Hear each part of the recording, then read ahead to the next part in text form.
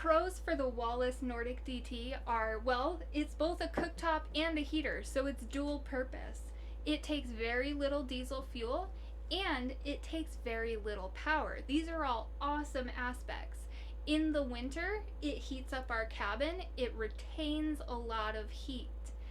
That could also be considered a con because, well, we're in the Badlands right now, as I mentioned before, and our thermostat inside is currently reading 94 degrees. So the fact that this puts off and retains heat is not a pro during summer conditions.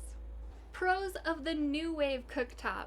This is portable. That means that I can use it inside or outside.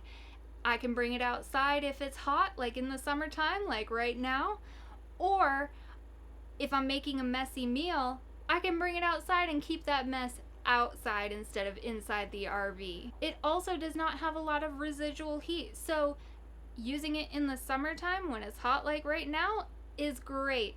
I can also use this on shore power.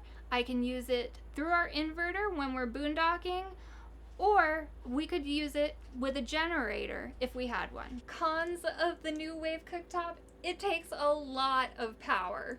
So which cooktop is better? For us, we like both of them because, well, our home, it moves. It's on wheels and we go all over the country in different types of weather. Right now, we're in the Badlands and it's sunny and hot and we have no shade, so we have plenty of solar to run that induction cooktop. And it's not creating a lot of residual heat, which is a plus. In the winter, we've been under the shade of trees. You don't get a lot of solar in the winter, and there is a possibility that our solar panels are covered in snow. So for that reason, using the diesel cooktop is a better choice.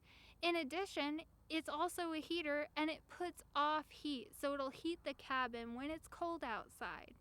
So for us, we like both of them because we're in a lot of different conditions, and sometimes you need different equipment to adapt to different conditions.